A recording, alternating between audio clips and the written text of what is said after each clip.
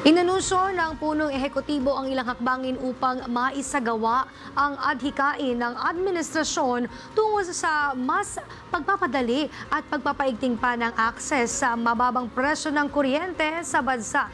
Ang detalye ihatid ni Faith Santiago. Kaya't malinaw ang ating direksyon.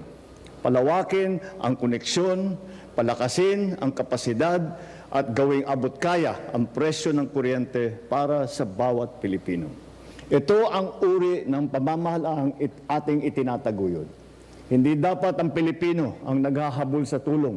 Ang tulong ang dapat ang lumapit sa mga Pilipino.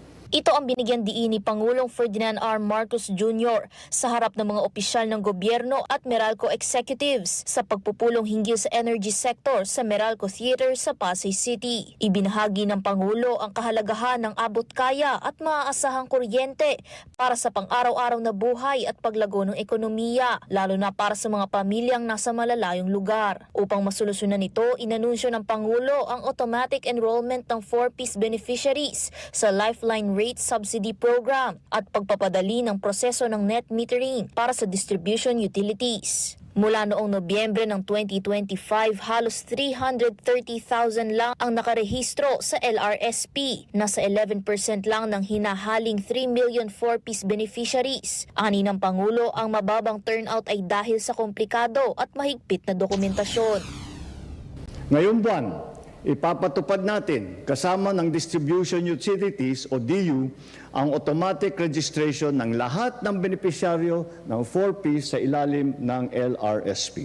Sa ilalim ng bagong polisiya, ang 4-piece beneficiaries na gumagamit ng 50 kilowatt-hours pababa ay may 100% discount sa kanilang bayarin sa kuryente. Samantala sa Republic Act No. 9513 o Renewable Energy Act of 2008, maaaring mag-export ng excess electricity sa grid ang mga tahanan at negosyo na may renewable energy systems na nagpapababa ng power bills. Binigyang utos din ang mga LGU na gamitin ang standardized application forms at sumunod sa specified turnaround times sa pamamagitan ng Joint Memorandum Circular ng DOE, DILG at DPWH. Inatasan din ng Energy Regulatory Commission ang mga distribution utilities na tapusin ang interconnection process sa loob ng 20 working days matapos makatanggap ng letter of interest. Kinilala ng Pangulo ang Meralco sa suporta nito sa gobyerno at sa pagbibigay akses sa malalayong komunidad. Binigyang pansin din ang Terra Solar Project na layong palakihin ang renewable capacity ng bansa sa large-scale solar generation at battery energy storage.